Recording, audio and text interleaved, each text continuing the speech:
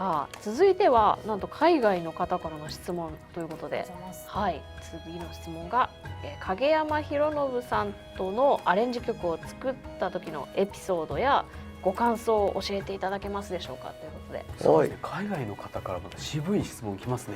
そうですね。あとやっぱさすが影山博信さんだなって。そうですね。海外の方もやっぱりお名前やっぱりね知ってますね。本当はね全部英語で答えたいんですけど英語が喋れないんで。英語じゃない英語じゃなかったらそれ大変。そうですね。なんかエピソード、まあもうご存知ね、影山博信さん、これも MV 楽曲なんですけど、MV プロジェクト楽曲なんですけど、ものすごい癖強じゃないですか。その歌が、まあ声がというかね、もちろん。で、まあ作る時はもちろん影山さんのこと考えて、で、まあさっき言った仮歌は仮歌って聞いてもらうために歌を入れてお渡しするんですけど、それ確か僕がやったと思います。そうなんですね。影山さんっぽさっていうのを出せないと思って出してやったと思うんですけど、エピソードに。あとやっぱりその本番撮った時に、まあ、影山さんもすごく早いレコーディングして本当に数テイクで終わったんですけどもう全く文句なしの歌なんですが、唯一その重要な点だったのがなんか影山さんからどれぐらいのパーセントでやればいいみたいな。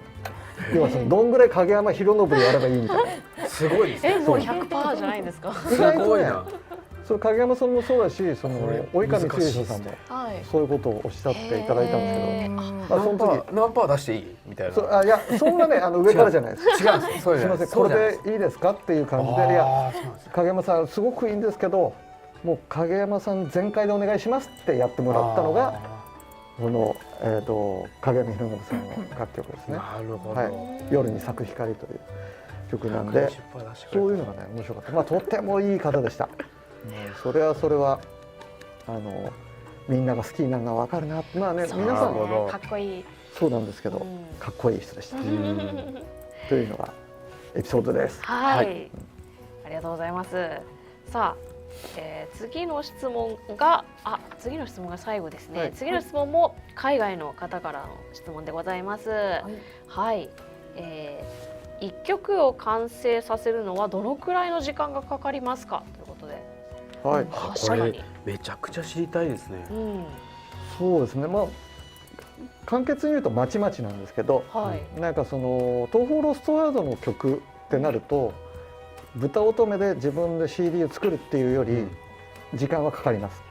それはやっぱりゲームを楽しんでくれる方々のことも考えますし、またその例えば MV プロジェクトだと、いつも蘭子と2人でやってるんで、もうすぐにその蘭子はこんな感じって分かるんですけど、まあその方の歌がどういうのかっていうのをかなり聞き込んだりするので、そういう意味では時間がかかるんですけど、ただまあ蘭子とね一緒にやってる豚乙女をやってる時は意外と早くて、その要因の一つが蘭子のレコーディングがめちゃめちゃ早いんですよ。そうね、確かに。いやでもそのレコーディングをする、まあ、人タイプが多分あると思うんですけど、そのじっくり何度も撮り直してってやる方がいいものが作れる人も多分いるんですけど、私すごくその集中力がなくて、もうパンってやってその1回に全てを込めて終わらせたいみたいな気持ちがあるんですよ。そのタイプです、タイプ。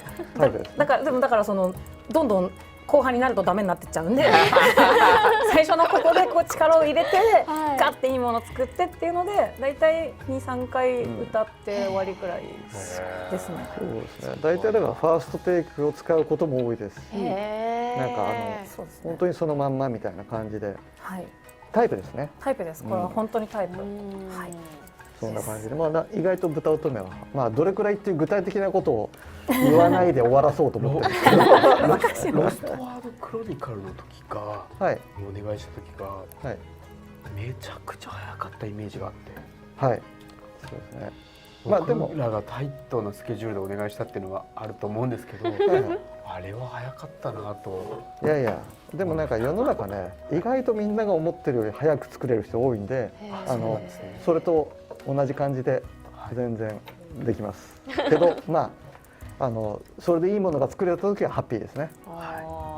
なんか長く時間かけてもいいものができるってわけでもないんで、まあこれもタイプですけど。なるほど。よろしくお願いします。い